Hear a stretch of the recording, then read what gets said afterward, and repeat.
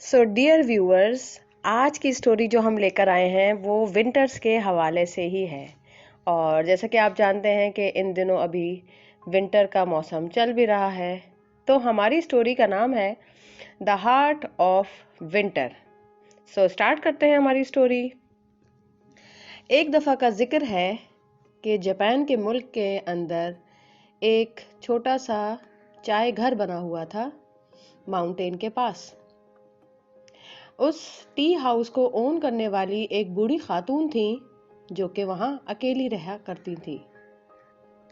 वो बूढ़ी औरत रोजाना चावल पकाया करती थी और वहां से गुजरने वाले तमाम मुसाफिर रोजाना वो टेस्ट करने के लिए उनके पास आया करते थे और क्या कहते थे, कितना मजेदार राइस डम्पलिंग्स हैं।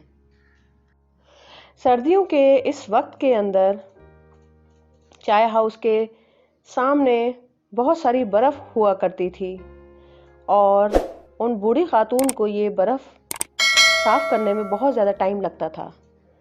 हर रोज़ पहले वो इस बर्फ को साफ किया करती थी, उसके बाद वो अपना राइस डम्पलिंग्स बनाती थी ताकि कस्टमर्स आएं और वो खा सकें। वो खुद अपने आप से कभी कभार कहती कि ये बहुत मुश्किल काम है। जब वो बर्फ को बेलचे वगैरह से हटाया करती थी, वो सोचा करती थी मेरी तो कमर टूट रही है, यानी कमर में मेरी बहुत तकलीफ हो रही है।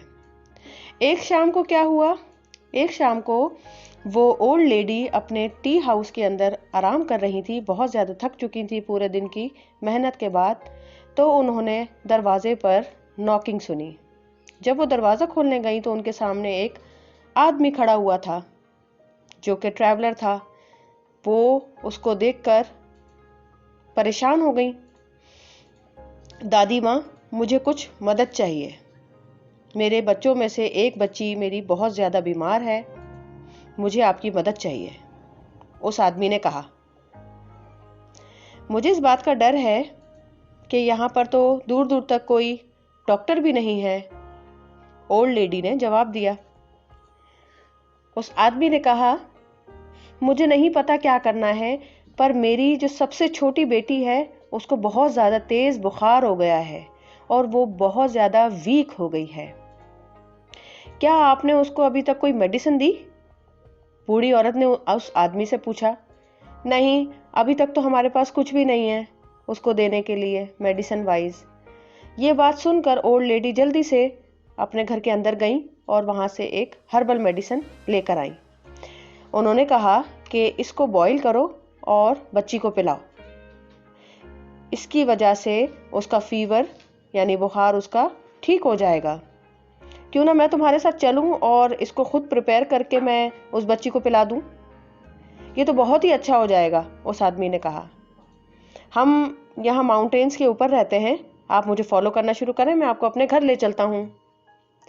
बूढ़ी औरत ने अपनी लैंटर्न को यानी लालटेन को जलाया और उस आदमी के साथ उस स्टॉर्मी नाइट में चल पड़ी। उस वक्त बर्फबारी भी बहुत ज़्यादा हो रही थी, बहुत ज़्यादा ठंड थी।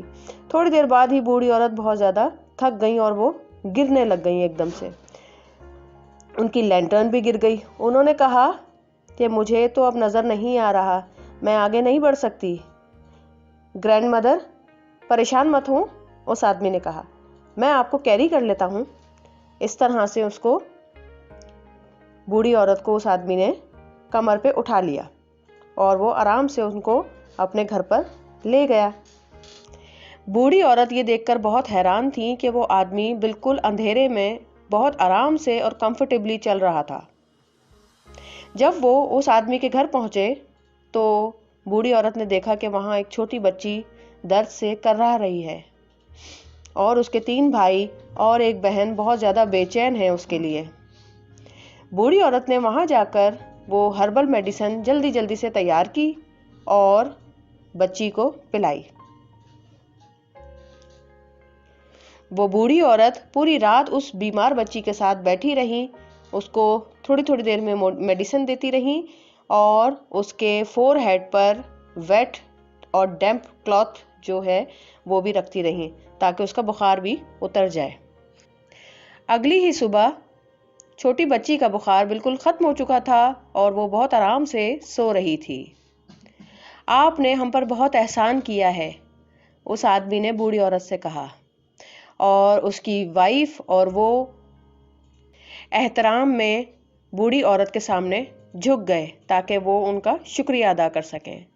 हम बहुत ज़्यादा गरीब हैं, लेकिन हम फिर भी चाहते हैं कि हम आपको कुछ ना कुछ ज़रूर दें जिससे आपकी मदद हो जाए। लेकिन वो काइंड हार्टेड ओल्ड लेडी ने कोई भी तोहफा लेने से इनकार कर दिया। नहीं नहीं, कोई मसला नहीं है, मैं बस इस बात के लिए खुश हूं कि आपकी बेटी बेहतर हो गई। नहीं, हम आपकी इस काइंडनेस को कभी भी नहीं भूलेंगे, उस आदमी ने बूढ़ी औरत से कहा। अब उस आदमी के चारों बच्चे बूढ़ी औरत को उनके घर पर छोड़ने के लिए गए। ये एक बहुत ही खूबसूरत सुबह थी और स्नो फॉलिंग भी हो रही थी थोड़ी थोड़ी, और कहीं कहीं से आसमान क्लियर भी था। बच्चे बहुत ज़्यादा खुश थे बूढ़ी औरत के साथ जाने में, और इस तरह से उनकी जर्नी आसान हो गई थी। ग्रैंड माँ, आप इधर आए, हम आपको कुछ दिखाना चाहते हैं, उन बच्चों ने बूढ़ी औरत से कहा। बच्चों ने बूढ़ी औरत को इशारा किया एक फ्रोजन लेक की तरफ। सुबह का सूरज बहुत चमक रहा था और लेक जो थी वहां की वो बिल्कुल शीशे की तरह क्लियर थी। बर्फ की उस खूबसूरती का अक्स उस लेक के ऊपर पड़ रहा था। वहां बूढ़ी औरत जाकर चुपचाप खड़ी हो गई और उस खूबसूरत नज़ारे को देखने लगी। वहां जो ऊंचे ऊंचे दरख्त थे वो तमाम के तमाम स्नो से कवर हुए हुए थे और ऐसा लग रहा था कि वो तमाम दरख्त बर्फ के फूलों से ढके हुए हैं। कितना खूबसूरत सीन है, ओल्ड लेडी ने कहा। जब वो सारे लोग ओल्ड लेडी के टी हाउस में पहुंचे तो बच्चों ने उनको गुड बाय कहा। अपना ख्याल रखिएगा काइंड ओल्ड लेडी, और उन्होंने जाना शुरू किया। जैसे ही वो जाने लगे तो बूढ़ी औरत की उन बच्चों पर नज़र पड़ी और कुछ बहुत ही अजीब और स्ट्रेंज सा उन्होंने देखा। बूढ़ी औरत ने देखा कि उन तमाम बच्चों की ब्राउन टेल्स थी जो उनके कपड़ों में से नज़र आ रही थी। उन्होंने और करीब जाकर देखा और उन्होंने कहा कि ये तो छोटे फॉक्सेस हैं। अब ओल्ड लेडी अपने घर वापस आ गई और उन्होंने आग के पास बैठकर चाय पीना शुरू की, और चाय पीते दौरान वो ये बात सोचने लगी कि ओह, ये तमाम तो फॉक्सेस थे, और वो जो बड़ा फॉक्स था, फादर फॉक्स था, उसने एक आदमी का रूप धारा हुआ था और वो ये बता रहा था कि उसका बच्चा बीमार है। इन लोगों ने तो मुझे धोखा दिया है। कि सोचते सोचते उन्होंने मजीद चाय पीना शुरू की। चलो कोई बात नहीं, बीमार होना तो किसी एनिमल के लिए भी इतना ही बुरा है जितना किसी इंसान के लिए। शुक्र यह है कि मैं उन लोगों की कुछ मदद कर सकी, बूढ़ी औरत ने खुद ही सोचा। कुछ ही अरसे बाद दोबारा से मौसम बहुत ज़्यादा ख़राब हो गया। हर तरफ बहुत ज़्यादा बर्फ़बारी हो रही थी और बूढ़ी औरत का जो टी हाउस था वो तकरीबन स्नो में धंस चुका था और उनके लिए ये बहुत मुश्किल था कि वो अकेली इस तमाम स्नो को क्लियर कर सके। ओहो, मेरा घर तो बिल्कुल स्नो के अंदर दब चुका है और ये मज़ीद दब जाएगा अगर मैंने कुछ और ना किया, बूढ़ी औरत ने खुद से सोचा। अचानक ही फिर उन्होंने किसी सिंगिंग की आवाज़ सुनी। बूढ़ी औरत ने दरवाज़ा खोला और बाहर झांका।